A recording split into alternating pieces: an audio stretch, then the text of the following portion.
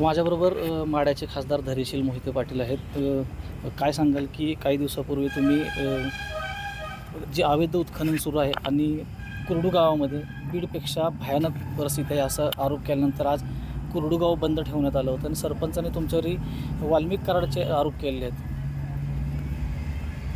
एकतर मी त्या ठिकाणी फॉरेस्ट डिपार्टमेंटच्या जे काय गौण खनिजाचं नुकसान झालेलं आहे या बाबतीतली सर्व सविस्तर माहिती कलेक्टर, SP, IG आणि या राज्याच्या मुख्यमंत्र्यांना दिलेली आहे. त्या ठिकाणी शासकीय कामात अडथळा आणला जातो आहे.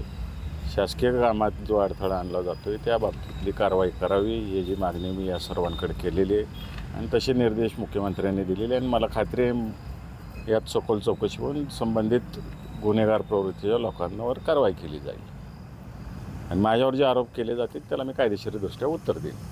परंतु आता गावकरीसुद्धा मागणी करतात की तिथं रस्त्याची खरोखर पाहणी न करताच तुम्ही तिथं सगळ्यांनी पाहणी करावी म्हणून तुम्ही पाहणी करायला जाणार आहात. मी मागाशीच सांगितलेलं मी सगळ्या गोष्टी त्या ठिकाणी मंजूर आहेत.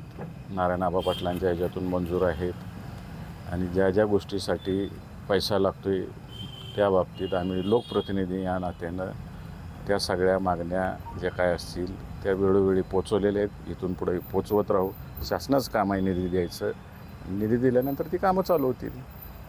नक्कीच. तर आपण पाहिलं तर ज्या पद्धतीनं आरोप केले त्यांनासुद्धा कायदेशीर पद्धतीनं उत्तर देऊ असं आता धैर्यशील मोहिते पाटील यांनी सांगितलं आहे. माऊली डांगे, पुढारी न्यूज, पंढरपूर.